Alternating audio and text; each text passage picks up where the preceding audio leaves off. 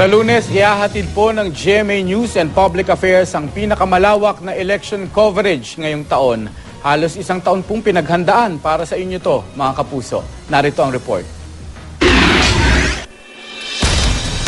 Sa darating na Mayo 13, kasama nyo ang buong puwersa ng GMA News and Public Affairs sa makasaysayang araw na ito. Simula pa noon, sinisikap talaga ng GMA News and Public Affairs na gawing showcase ang ating elections coverage dahil sa aking tingin, ito ang ating kontribusyon para mapangalagaan ang ating demokrasya. Madaling araw pa lamang, magbabantay na kami sa lahat ng sulok ng Pilipinas.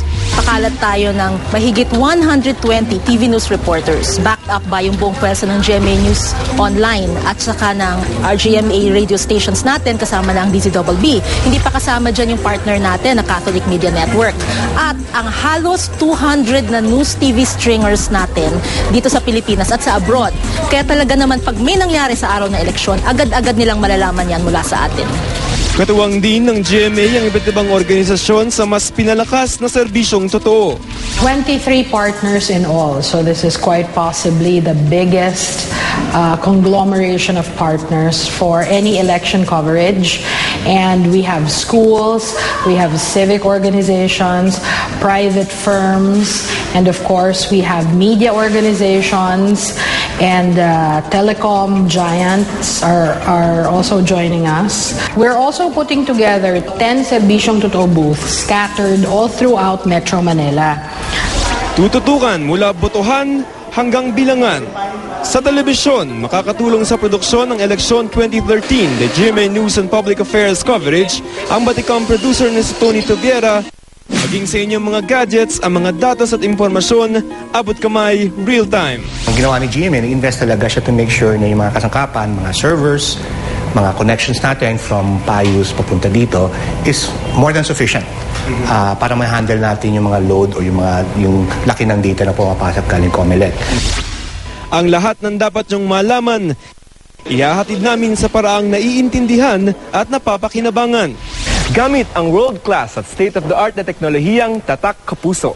We upgraded our graphic system para hindi lang mas mabilis at mas klaro ang paghahatid ng impormasyon but also to enhance the viewing experience of the public.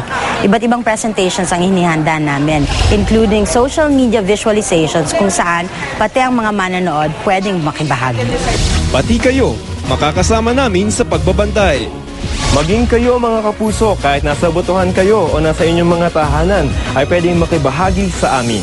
Pwede nyo kaming itag sa Facebook, i-tweet, o magbahagi ng inyong mga larawan at video sa pamamagitan ng YouScoop.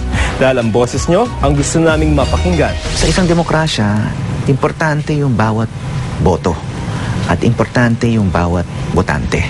Kaya kailangan marinig din ng boses. Hindi lang ng mga kandidato, hindi lang ng mga kolumnista o mga analyst o mga importanteng tao, pero yung mga ordinaryong tao. Kasi pantay-pantay tayong lahat sa araw ng eleksyon eh. Dahil ngayong eleksyon hindi na uubra ang maling-mali, dapat tama.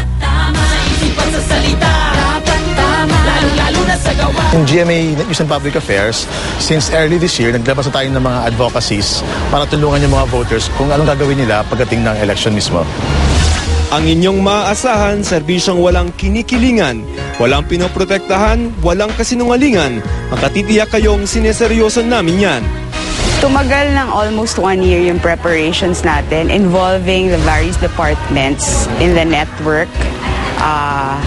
So mahaba at malaking preparasyon ang ginawa natin dito. It will be trailblazing. 28 oras na pagbabalita, kumpleto, may konteksto, totoo.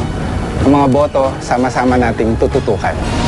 Dahil sa paghahanap ng mga dapat tamang leader ng ating bayan, tamang impormasyon ang inyong kailangan.